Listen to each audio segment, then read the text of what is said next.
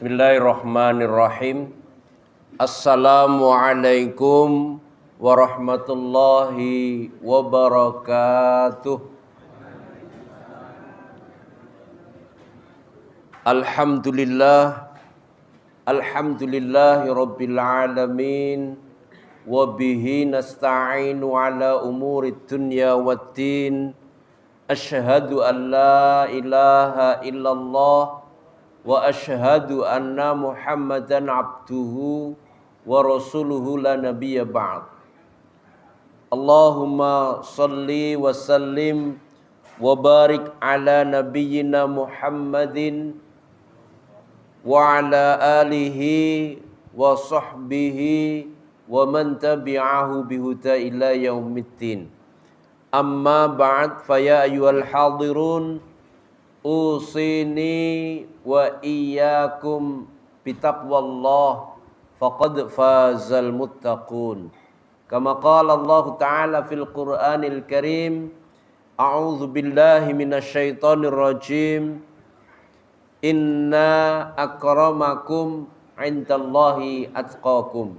Wa qala Rasulullah sallallahu alaihi wasallam, ittaqillaha haitsu ma kunta wa adbi'is sayyi'atal hasanata tamhuha wa khaliqin nas bi khuluqin hasanin. Saudara-saudaraku jamaah Masjid As-Salam yang dimuliakan Allah Ta'ala, alhamdulillah, puji syukur senantiasa kita haturkan kehadirat Allah Ta'ala atas segala karunia nikmat yang masih dilimpahkan pada kita semuanya. Terkhusus malam hari ini, alhamdulillah, kita masih diberikan hati yang beriman, hati yang bertakwa, fisik yang masih disehatkan oleh Allah Ta'ala, sehingga kita dipertemukan di kesempatan majelis ta'lim di malam hari ini. Mudah-mudahan kita senantiasa diberikan hati yang istiqomah, sehingga semuanya bisa sampai pada tahapan husnul khotimah semuanya. Amin Allahumma amin. Tak lupa salawat dan salam kita sampaikan kepada baginda Rasulullah Muhammad sallallahu alaihi wasallam. Saudara-saudaraku, di kesempatan malam hari ini kita akan mempelajari materi tazkiyatun nafas, mengambil hikmah dari Ramadan, yang insyaallah kita akan bertemu dengan Ramadan di pekan depan gitu ya. Insyaallah Jumat itu kita sudah, Jumat malam insya Allah sudah melaksanakan tarawih gitu ya. Sehingga insya Allah serentak tanggal 1-nya, tanggal 1 Ramadannya itu hari Sab'ah insya Allah gitu ya. Sehingga tinggal 1 pekan lagi kurang lebih. Maka malam ini kita belajar tazkiyah nafas, mengambil hikmah Ramadan, di mana kita harus mempersiapkan supaya betul-betul nanti bisa mendapatkan hikmah itu. Baik, saudara-saudara sekalian, tazkiyah nafas adalah ilmu bagaimana kita bisa mendapatkan hati yang bersih dan juga jiwa yang suci. Ini sangat diperlukan untuk mencapai hikmah Ramadan. Hikmah Ramadan itu apa toh?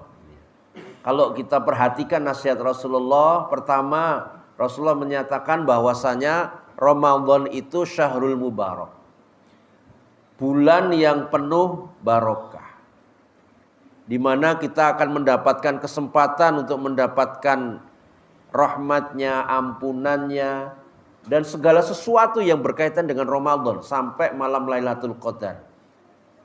Bahkan Rasulullah Shallallahu Alaihi Wasallam mengingatkan kesempatan untuk mendapatkan surga, di mana Rasulullah menggambarkan surga itu pintunya terbuka loh, neraka betul-betul tertutup, dan akhirnya setan-setan itu terbelenggu.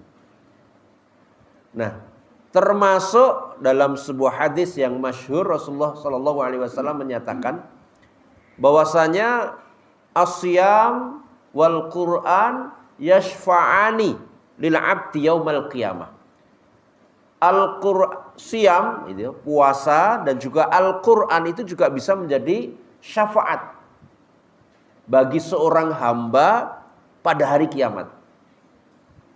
Nah, bagaimana kita bisa meraih barokah, ampunan, rahmat, pintu surga terbuka lebar, pintu neraka tertutup rapat, kemudian setan terbelenggu, yang akhirnya nanti puasa kita, Al-Quran kita yang ada di dalam diri kita selama Ramadan nanti bisa menjadi syafaat.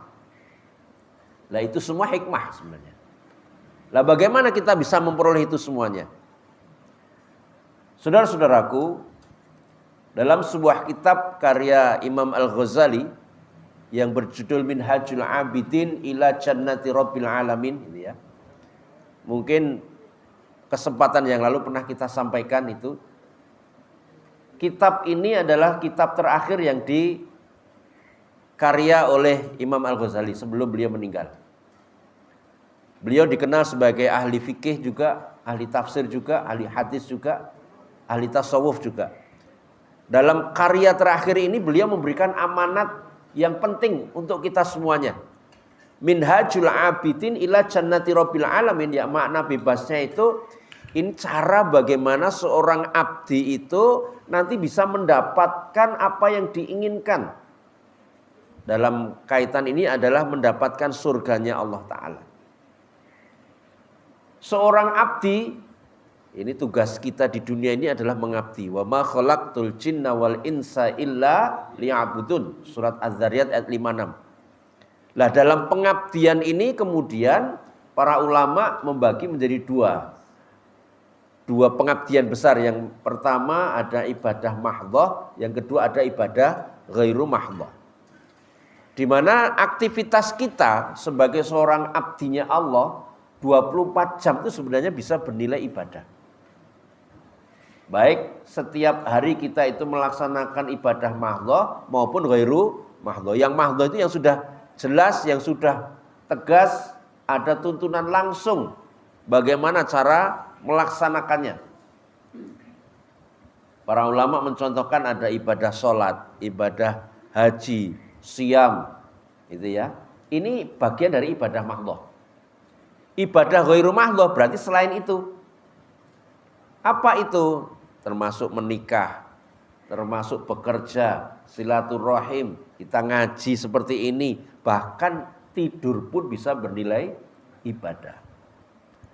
Nah, bagaimana amaliyah-amaliyah yang bernilai ibadah itu nanti betul-betul bisa kita panen sehingga mengantarkan kita ke surganya Allah Ta'ala.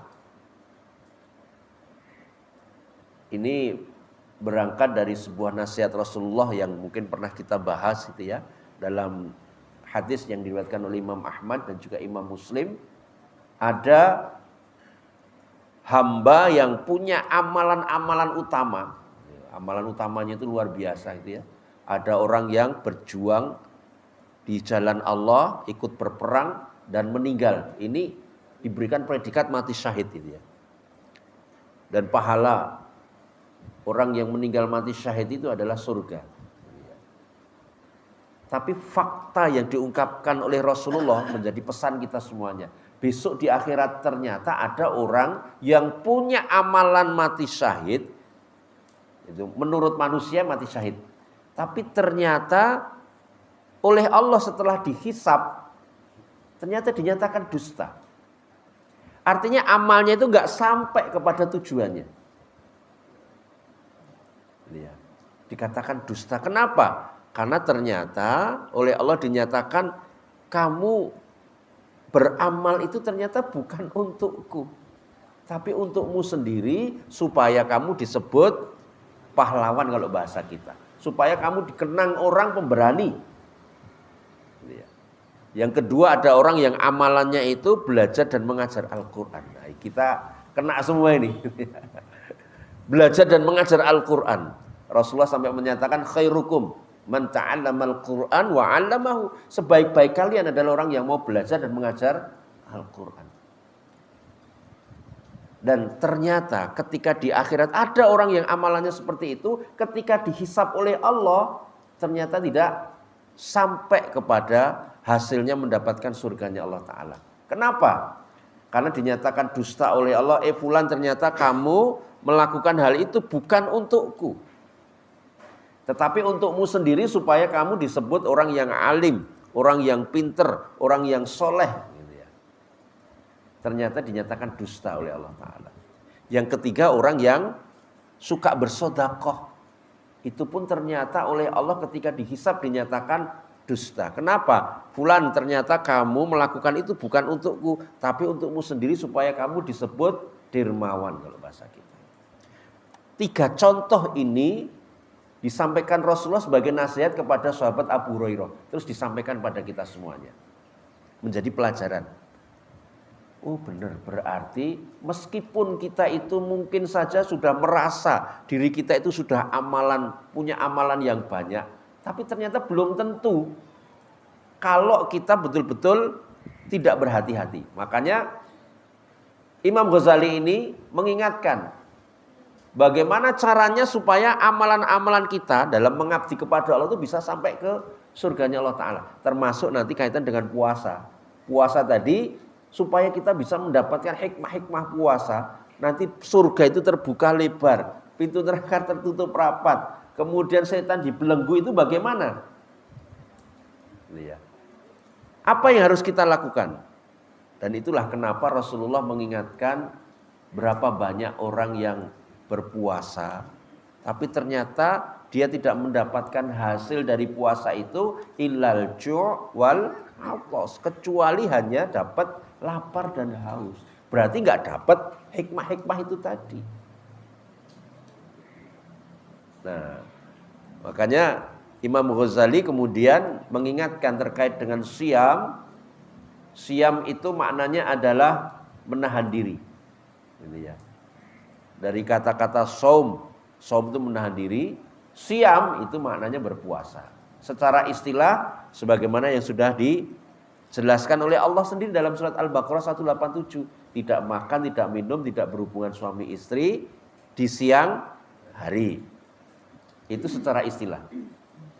Nah kemudian lebih lanjut Rasulullah Shallallahu Alaihi Wasallam mengingatkan karena tujuan siam itu adalah la'allakum tattaqun, Al-Baqarah 183. Sedangkan dalam hadis Imam Bukhari Rasulullah menyatakan at-taqwa itu hauna, at-taqwa hauna, at-taqwa hauna. Sampai 3 kali beliau menyatakan takwa itu ada di dalam hati.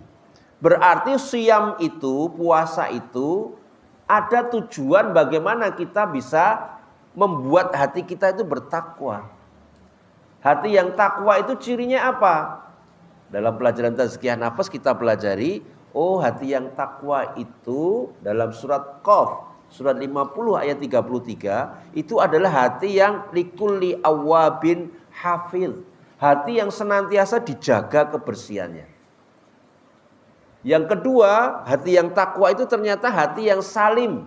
Itu surat Asy-Syu'ara ayat 89. Salah satu doa Nabi Ibrahim. Illa man atallaha biqalbin salim. Ternyata Nabi Ibrahim itu berdoa, ya Allah, la tukhzini yauma yub'atsun. Ya Allah, jangan kau hinakan kami. Jangan kau hinakan aku ya Allah. La tukhzini yauma yub'atsun, nanti ketika dibangkitkan. Yauma la tamliku malun wala banun. Hari ketika sudah tidak manfaat lagi harta, tidak manfaat lagi anak. Illa kecuali man atallaha biqalbin salim. Kecuali yang datang kepada Allah membawa qalbun salim. Qalbun salim itu qalbu yang bagaimana? Hati yang bagaimana? Hati yang bersih, hati yang sehat, hati yang bercahaya. Kalau qalbun munib tadi hati yang dijaga kebersihannya, hati yang dijaga dari dosa-dosa. Kalau qalbun salim berarti dia sudah betul-betul bersih, sehat dan bercahaya. Lah puasa ini betul-betul metodologi yang oleh Allah diwajibkan orang iman itu supaya nanti hatinya itu bisa mengarah ke sana. Makanya Rasulullah mengingatkan bahwasanya puasa itu sebenarnya tidak hanya puasa zahir, tapi ada puasa batin. Itu pernyataan Imam Ghazali itu ya.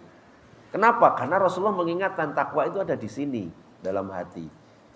Jadi kalau kamu puasa, kok kamu hanya menahan lapar, haus, gitu ya, tidak berhubungan suami istri, itu sebenarnya hanya puasa zahir dulu.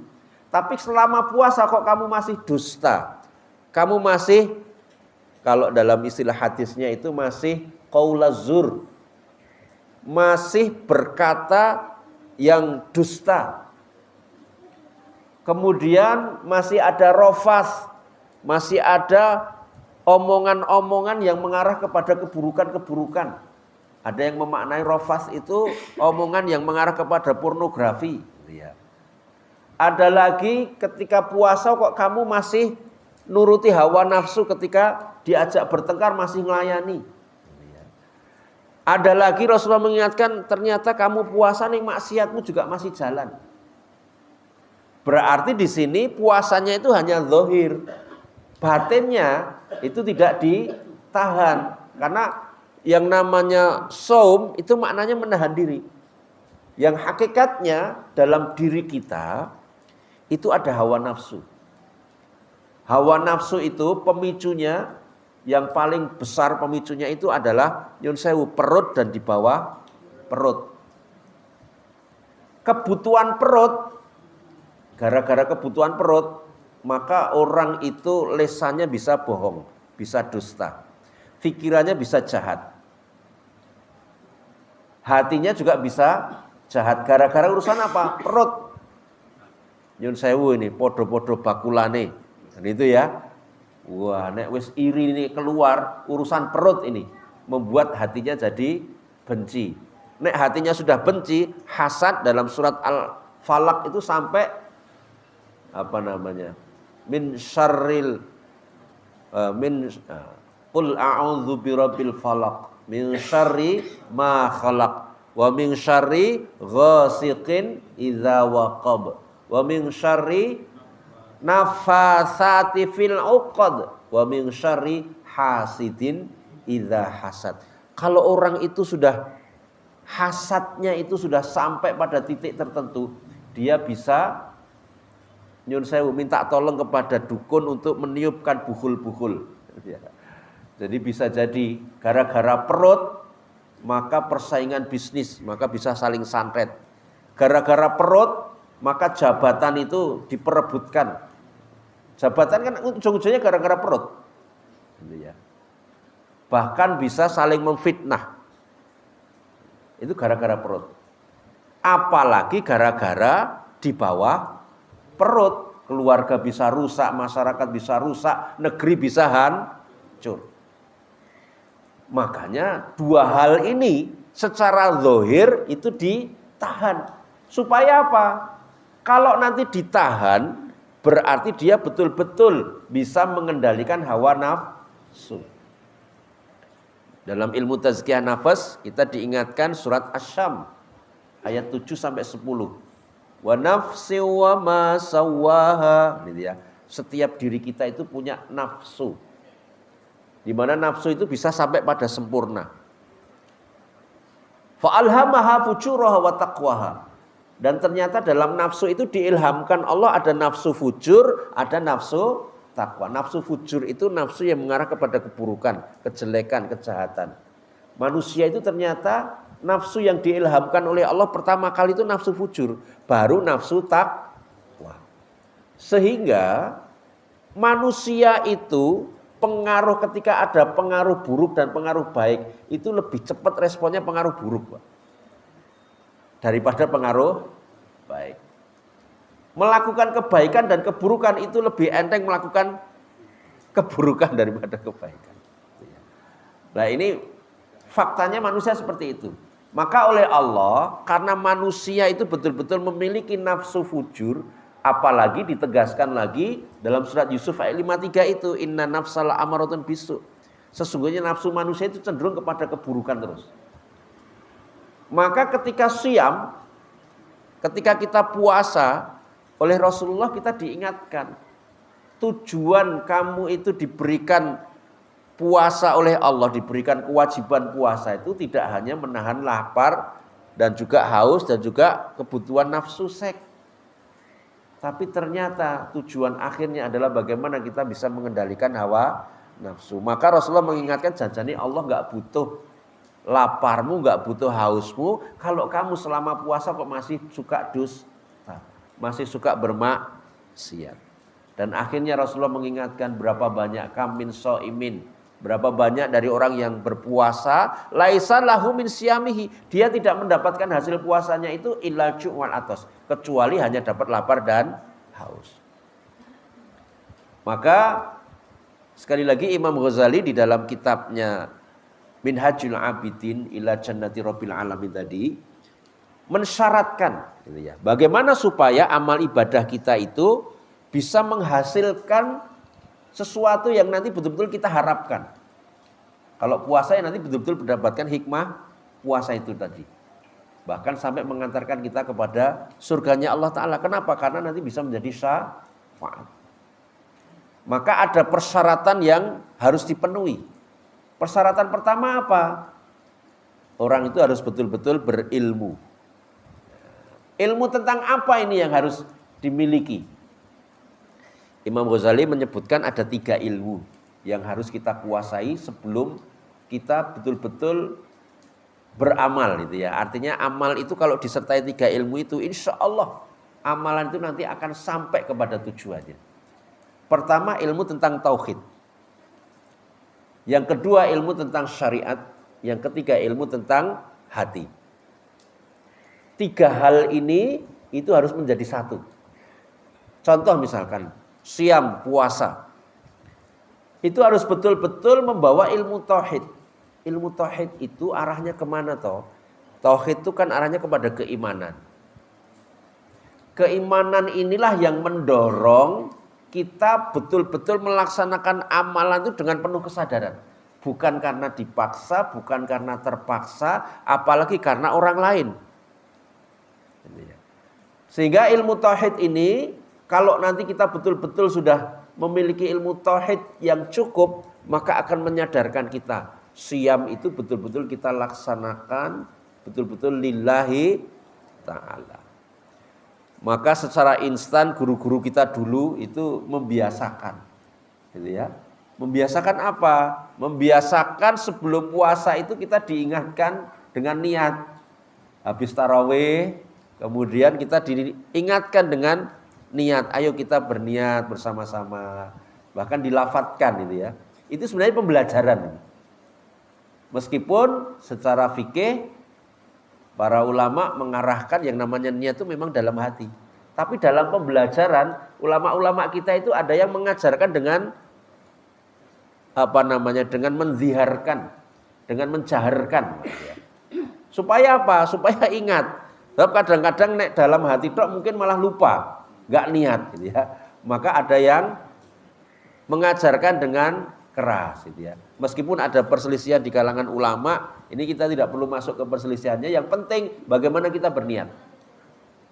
Kita kadang-kadang diajari dengan lafadz nawaitu shauma ghadin an adai fardhi syahri ramadhan hadhi sanati lillahi ta'ala gitu ya. Aku berniat nawaitu shauma ghadin untuk melaksanakan puasa besok pagi. Fardhi syahri Ramadan, untuk memenuhi kewajibanku di bulan Ramadan. Terus di situ ada penegasan fardhol lillahi ta'ala, dalam rangka untuk mencari ridhonya Allah Ta'ala. Nah ini niat penting sekali. Di samping Rasulullah juga mengingatkan innamal a'malu bin niat wa innamal likulli imri'in ma nawa. Sesungguhnya segala amal perbuatan itu betul-betul harus tergantung niatnya ini. Harus ada niat. Innamal a'malu bin niat. Meskipun dalam ilmu tazkiyah nafas, niat itu sekali lagi sebenarnya ada di dalam hati kita masing-masing. Ada dalam hati kita masing-masing. Dan niatnya itu harus. Kenapa kok harus? Karena Rasulullah mengingatkan innallah ta'ala la yaqbalul amal illa ma kana lahu khalisan liwajhillah. Sesungguhnya Allah tidak akan menerima amalan gitu ya, kalau amalan itu betul-betul tidak diniatkan ikhlas lillahi ta'ala, dalam rangka untuk mencari ridhonya Allah. Maka karena niat inilah Niat ini akan muncul ketika, artinya niat yang lillahi ta'ala ini akan muncul ketika ilmu tauhidnya itu diperkuat. Ilmu tauhidnya diperkuat tuh ilmu apa saja ini berkaitan dengan tauhid. Sebenarnya ilmu tauhid ini kalau kita lihat dalam sirah nabawiyah, Rasulullah itu menanamkan tauhid, menanamkan keimanan, menanamkan akidah itu sampai 13 tahun di Mekah. Dan itulah yang menyebabkan sahabat-sahabat itu ketika berada di Madinah ada perintah puasa, ada perintah untuk sholat 5 waktu, ada perintah untuk jihad, itu langsung sami'na wa ata'na. Kenapa? Karena hatinya itu sudah betul-betul diasah, hatinya betul-betul diasuh, hatinya betul-betul digosok dengan apa? Ilmu tauhid tadi, keimanan. Rasulullah mengenalkan tentang Allah, sehingga sahabat pada waktu itu, masyarakat itu betul-betul bisa mengenal Allah. Kalau sudah mengenal Allah, maka dia akan betul-betul akan tunduk, akan sujud, akan bergantung hanya kepada Allah. Bahkan puncaknya itu bisa sampai ma'rifat kalau dalam bahasa tasawuf gitu ya. Ma'rifat itu betul-betul dia sampai mengenal, sampai betul-betul dia itu sangat membutuhkan Allah. Dan betul-betul bergantung hanya kepada Allah. Maka akhirnya ketika dia beribadah, dia beramal apapun, maka niatnya pasti dia akan lillahi ta'ala. Nah, ilmu tauhid ini yang perlu kita ingat-ingat kembali, perlu kita pertebal. Caranya bagaimana ilmu tauhid itu supaya bisa senantiasa ada? Rasulullah kadang-kadang memberikan cara praktis. Ilmu tauhid itu kadang Rasulullah mengingatkan kita akan kematian. Sehingga kalau kematian itu kita ingat-ingat terus, maka kita pasti akan mengingat akibat dari kematian itu. Ternyata kosoni nanti setelah dibangkitkan, setelah nanti dihisab, setelah nanti berada di jembatan Shiratal Mustaqim. Jadi ilmu tauhid salah satunya Rasulullah mengingatkan yang ketika ditanya tentang siapa ya Rasulullah di antara kami yang terbaik. Rasulullah itu salah satunya mengingatkan yang terbaik di antara kalian itu adalah orang yang paling banyak mengingat kematian dan mempersiapkannya. Ini bagian dari ilmu tauhid yang praktis yang diajarkan Rasulullah. Kenapa? Kalau dalam Al-Quran nanti kita dikenalkan tentang kehidupan setelah kematian, kita dikenalkan dengan kematian, kita dikenalkan dengan kiamat, kita dikenalkan dengan kenikmatan surga, termasuk bahayanya kalau nanti berada di neraka. Itu ilmu tauhid semua. Termasuk dikenalkan Allah itu betul-betul pencipta jagat raya, Allah betul-betul yang memelihara dan sebagainya. Itu ilmu tauhid. Dan ternyata Rasulullah itu memberikan tips-tips praktis. Yang terbaik di antara kalian adalah orang yang senantiasa zikrul maut, mengingat kematian dan mempersiapkannya.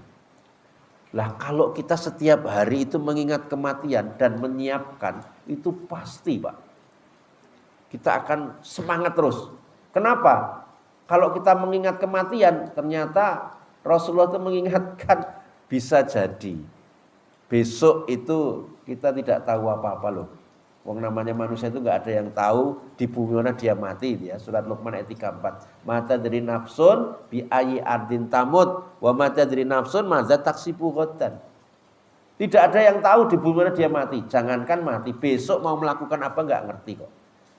Makanya Rasulullah Shallallahu Alaihi Wasallam termasuk orang yang cerdas ini, orang yang terbaik itu orang kalau sudah mengingat kematian maka dia akan mempersiapkan. Apa yang dipersiapkan? Yang dipersiapkan adalah dirinya dan amalnya. Kenapa? Karena Rasulullah mengingatkan innallah la yanzuru ila suwarikum wala amalikum walakin yanzuru ila qulubikum wa amalikum. Karena ternyata yang dilihat Allah itu hatimu dan amal perbuatan. Maka ini betul-betul disiapkan. Orang yang mengingat kematian berarti dia menyiapkan apanya? Dirinya dan amalnya. Diri dan amalnya setiap hari dipersiapkan. Caranya bagaimana? Ternyata dengan mengevaluasi dulu. Mengevaluasi diri. Al-kayyisu man dana nafsahu wa amila lima ba'dal maut. Yang namanya orang yang cerdas, dia senantiasa mengevaluasi dirinya. Ini namanya menyiapkan diri. menyiapkan hatinya. Hatinya apa ini? Nanti banyak sekali kriteria sebenarnya kalau kita kupas ini ya. Dalam pelajaran tazkiyah nafas insya Allah secara bertahap akan kita pelajari. Kita persiapkan hati kita, imannya bagaimana, takwanya bagaimana.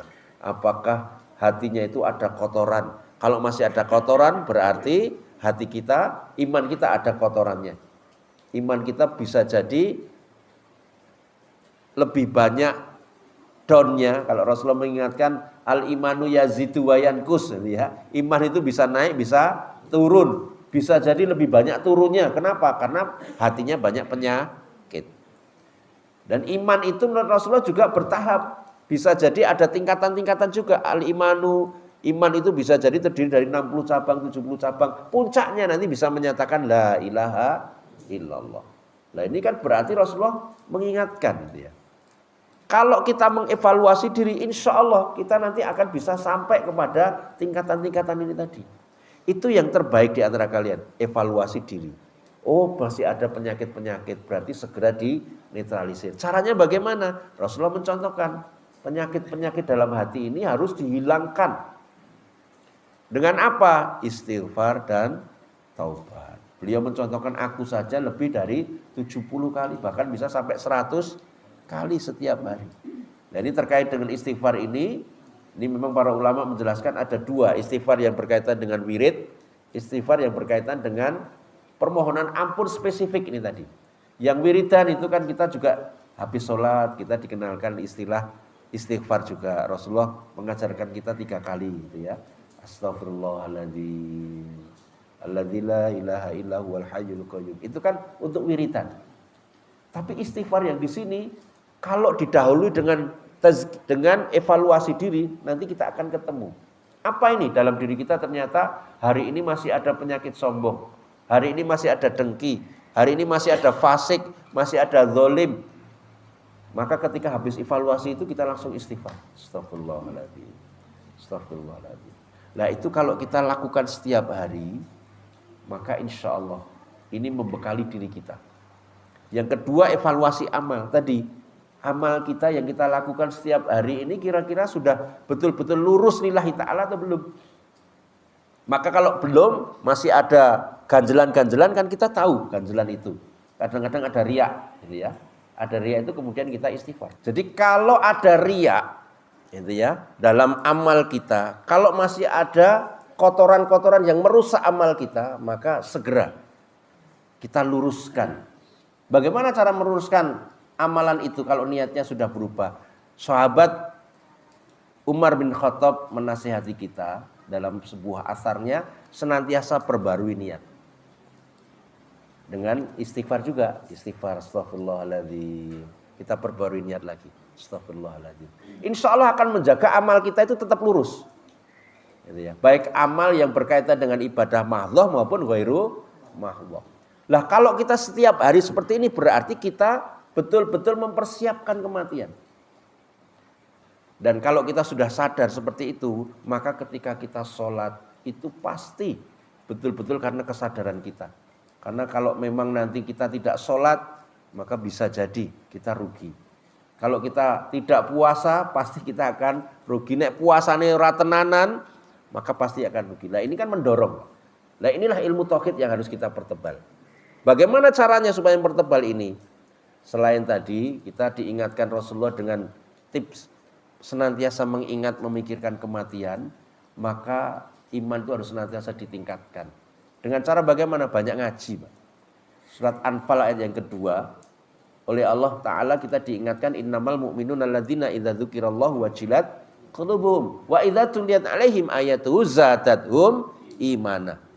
Orang iman itu kalau senantiasa ditilawahkan ayat-ayat Allah, maka dia akan bertambah imannya. Tilawah itu dalam pengertian zaman Rasulullah, ketika sahabat itu ditilawahkan, maka sahabat itu pasang telinga, pasang hati. Kemudian kadang-kadang ada yang sampai menangis. Kenapa? Karena sangat memahami apa yang disampaikan Rasulullah, apa yang dijelaskan Rasulullah dari ayat-ayat Al-Quran itu. Sehingga tilawah itu mengarah kepada kita ngaji seperti ini, Pak.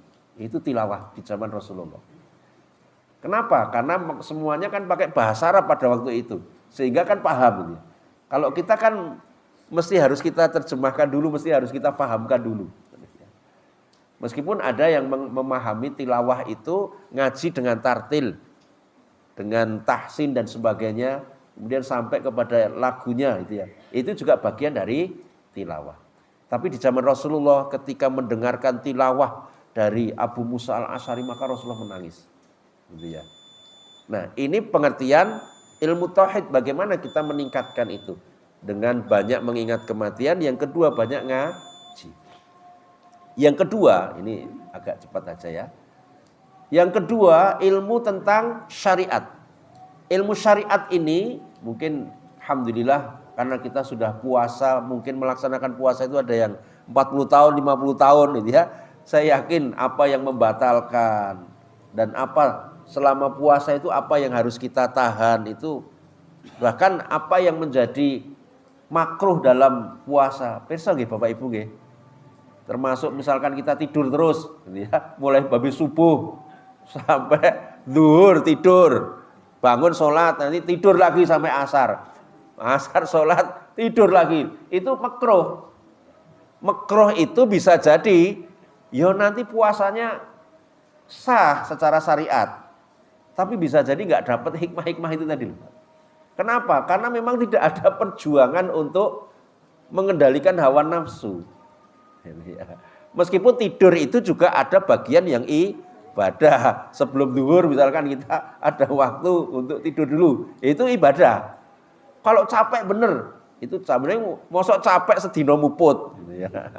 Itu makruh gitu ya.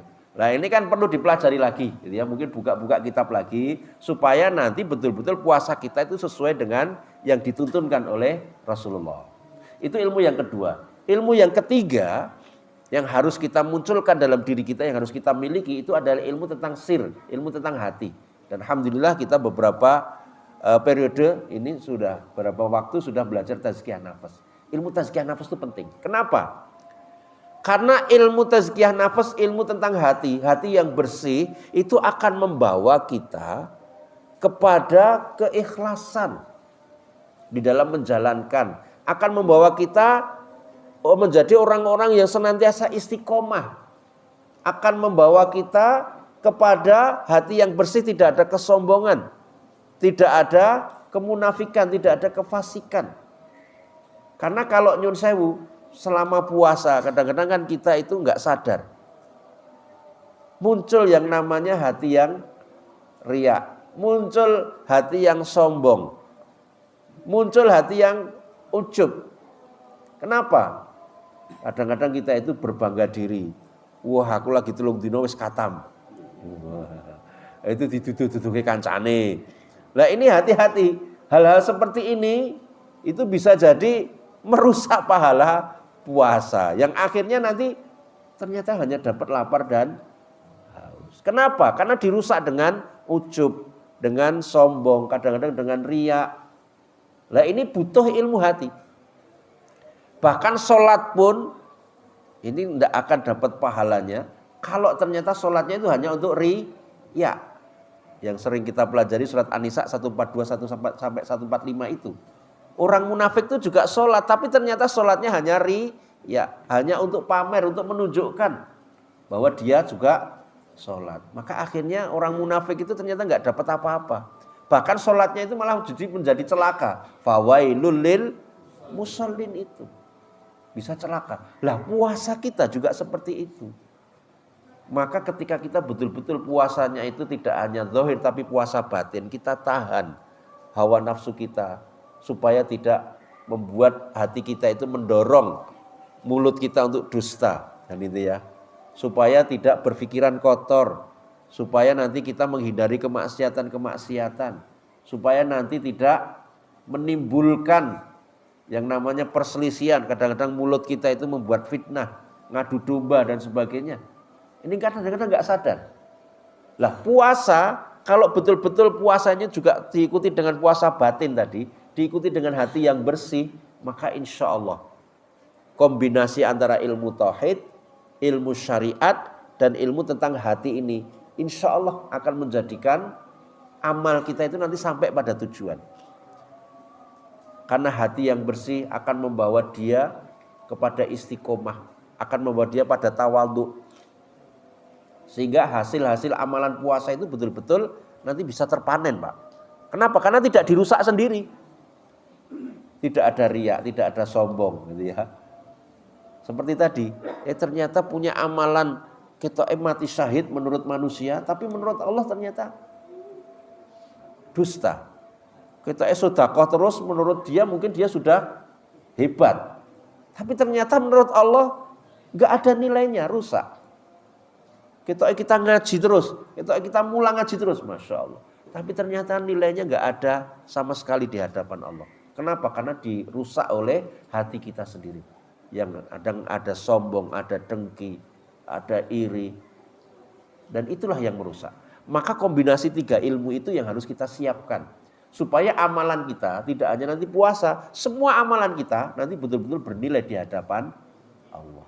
Makanya dalam ilmu tazkiyah nafas, Rasulullah memberi motivasi kita untuk menjadi orang yang cerdas tadi.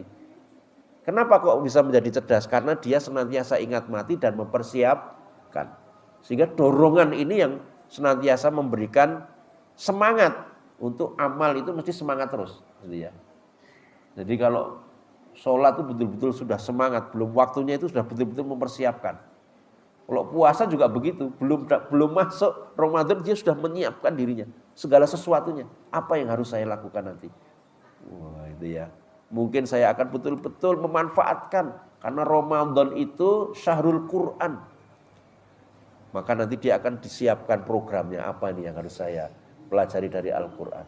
Bisa jadi bagaimana kita punya program one day one juice, bagaimana kita punya program untuk memahami, bagaimana kita menghayati, dan kita punya program apa yang harus saya amalkan. Nah, program-program ini mesti disiapkan secara pribadi. Kita mulai dari diri kita sendiri, baru nanti kepada yang lain. Kalau kita sudah memulai, ayo dari sedikit demi sedikit kita programkan. Sehingga nanti betul-betul puasa yang kita amalkan itu betul-betul nanti akan mendapatkan hikmah-hikmah tadi. Akan menjadi cahaya yang nanti bisa menjadi syafaat. Akan bisa membuka pintu surga kita, menutup pintu neraka. Dan insya Allah yang namanya setan itu betul-betul terbelenggu. Jadi ya, jangan sampai nanti selepas puasa kita tidak punya nilai apa-apa. Jadi ya. Nah, saudara-saudara sekalian, itulah pembelajaran kita di kesempatan sore malam hari ini terkait dengan tazkiyah nafas, kemudian persiapan Ramadan. Mudah-mudahan kita semua memasuki bulan Ramadan, memperkuat paling tidak 3 ilmu itu tadi dulu ya. Ada ilmu tauhid yang mengarahkan keimanan, sehingga nanti kita senantiasa semangat melaksanakan amalan-amalan. Yang kedua ilmu syariatnya kita pelajari lagi, mungkin ada yang lupa gitu ya. Yang ketiga ilmu tentang hati. Yang tazkiyah nafas insya Allah sudah kita pelajari dan itu harus kita praktekkan. Karena kalau tidak dilandasi dengan ilmu hati ini, meskipun mungkin syariatnya mungkin kita nek coro amal itu pas semuanya dengan syariat gitu ya. Meskipun kita setiap hari juga ke masjid gitu ya. Tapi ternyata kalau hatinya masih ada sombong, Rasulullah sampai menyatakan tidak akan masuk surga. Masih ada sombong meskipun hanya sebesar biji sawi. Sombong apa? Mungkin sombongnya malah sombong karena amalan. Dia merasa dirinya sudah hebat, dia merasa dirinya sudah lebih bersih. Maka yang terakhir kita diberikan pesan oleh Allah Ta'ala dalam surat An-Najm 32. Fala tuzakku anfusakum huwa a'lamu biman ittaqo. Jangan sampai kita merasa diri kita itu sudah suci, sudah bersih. Kenapa? Karena hakikatnya hanya Allah yang mengetahui. Maka kita hanya berupaya untuk membersihkan diri, mensucikan diri, tapi tidak boleh merasa diri kita sudah paling hebat. Diri kita sudah suci. Karena selama masih manusia, kita masih bisa berbuat salah. Kenapa? Karena masih ada hawa nafsu dan juga ada setan. Nah, salah satunya puasa ini insya Allah akan bisa mengendalikan hawa nafsu dan setan akan terbelenggu. Mudah-mudahan kita semua mendapatkan hikmah itu dan dimudahkan oleh Allah Ta'ala. Amin Allahumma amin. Saudara-saudara sekalian, ini yang bisa kita pelajari. Ada hal yang kurang berkenan mohon dimaafkan. Ada yang keliru insya Allah nanti kita revisi di lain kesempatan. Kita akhiri taklim pada malam ini dengan bacaan hamdalah. Alhamdulillahirabbil alamin. Subhanakallahumma rabbana wa bihamdik Asyhadu an la ilaha illa anta astaghfiruka wa atubu ilaik. Assalamualaikum warahmatullahi wabarakatuh.